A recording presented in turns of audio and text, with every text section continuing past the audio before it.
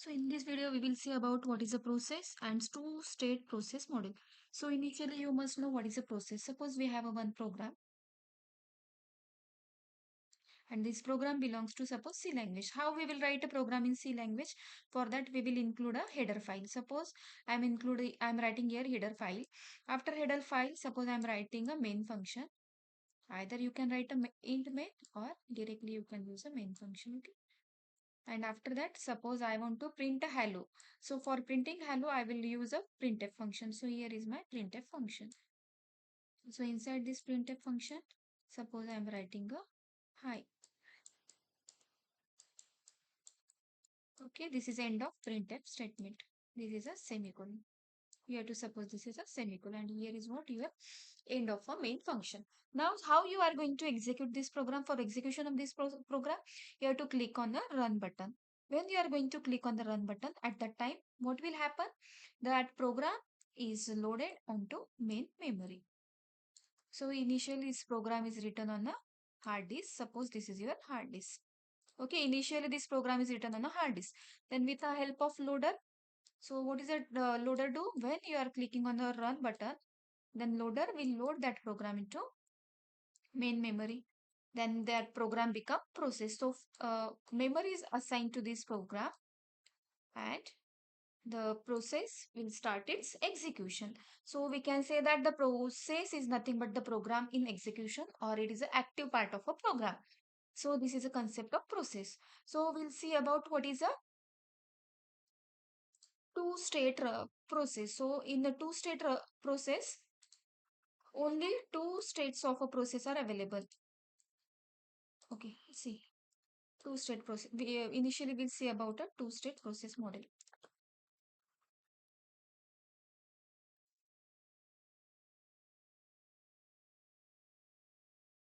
What is two-state process model? In two-state process model, only two states of a process are available. One is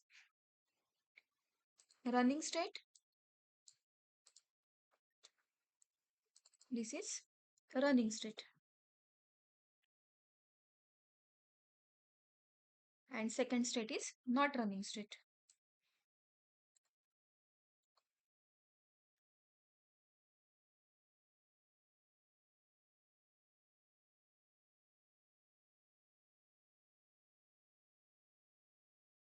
When program is become a process, then at that time we can say that the process is in a running state.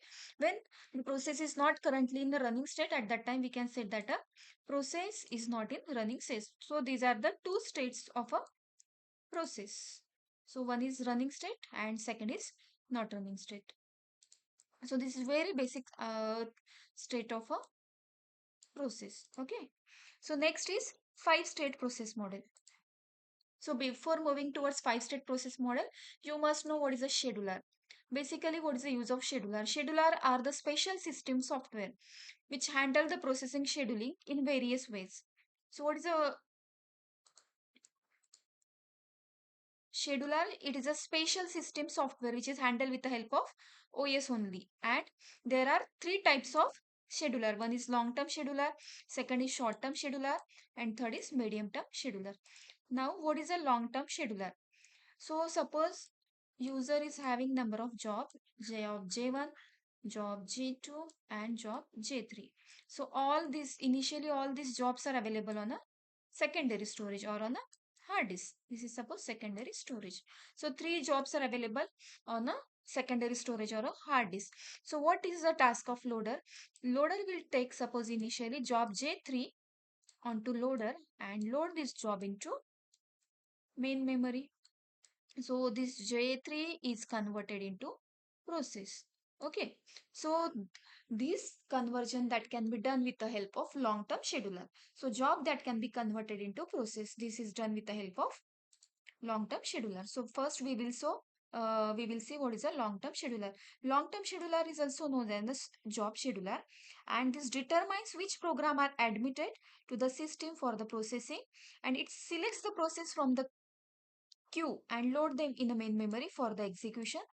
So it loads the memory for the CPU scheduling. So this is a concept of long-term scheduler.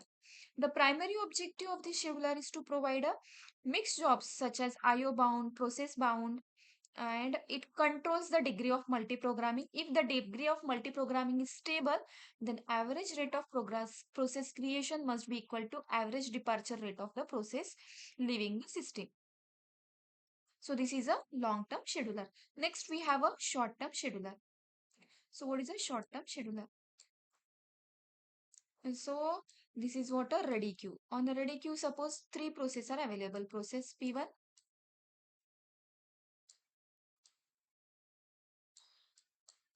process P2, and process P3. So while talking about short-term scheduler, this is related with your main memory. So in the main memory, suppose on a ready queue, three processes are available. So what is a short-term scheduler? Short-term scheduler is going to pick one process from the main memory and start the execution from the available process. So say, suppose this is a processor. Okay. So with the help of short-term scheduler, suppose P3 is sent on a, or load on a processor. Uh, and this scheduling that can be done with the help of CPU scheduler. Basically, CPU scheduler is of two type. One is primitive scheduler and second is primitive scheduler. Second is non-primitive scheduler. Okay.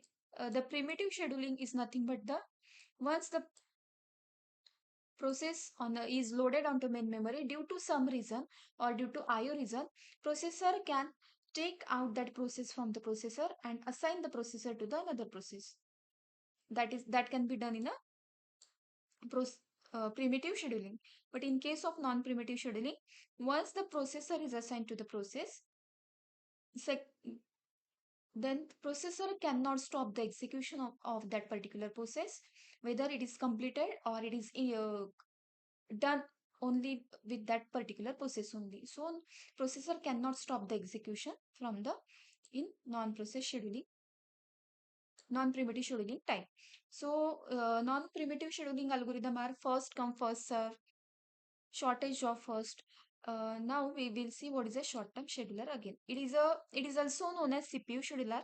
Main objective is nothing but the it increases the system performance according with the chosen criteria. So as per the requirement, it decide the scheduling policies. Either it going with a non-primitive scheduler or it going with a primitive scheduler.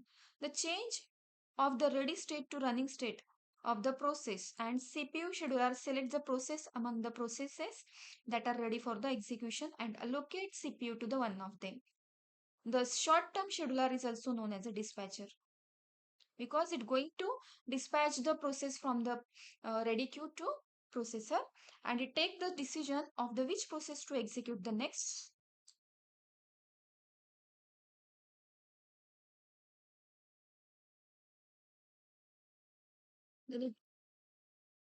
Then this is also known as a short-term scheduler or CPU scheduler or dispatcher.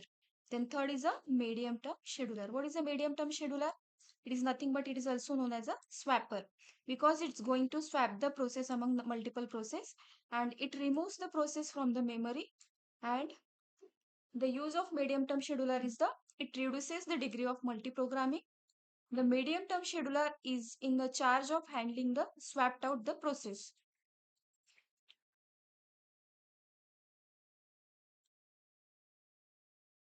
So we'll see the difference between long-term scheduler, short-term scheduler and medium-term scheduler.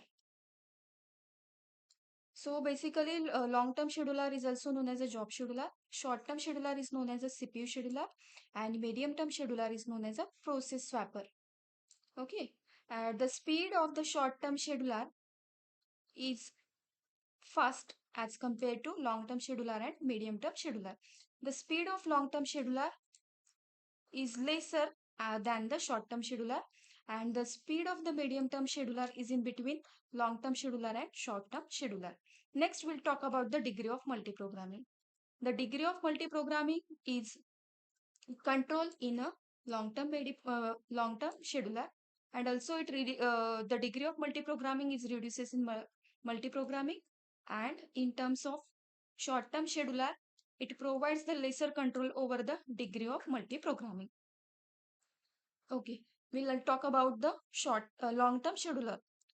Almost absent in or minimal in the time sharing, because we can say that time sharing is not allowed, or we can rather than we can say the time sharing is not required in a long term scheduler, because it's going to assign a job to the processor, so it's not required a time sharing concept in a long term scheduler. But in case of short term scheduler, time sharing is required, because it's required to swap or switches the system from one process to another process. And in case of medium term scheduler, time sharing is also available. The next is long term scheduler selects the process from the pool and loads them into memory for the execution. Related is short term scheduler, it selects the process which are ready to execute, and in a medium term scheduler, it reintroduces the process in a memory and execution can be continued. So this is difference between long term scheduler, short term scheduler, and medium scheduler. Okay, next is what is the context switching. We can say that context switching is a mechanism to store and restore the state of the context of CPU in a process. It controls the block so that the process execution can be resumed from the same point at later time. Using this technique, a context switcher enables the multiple process to share a single CPU. Context switching is essential part of the multitasking. Okay, so this is nothing but the context switching.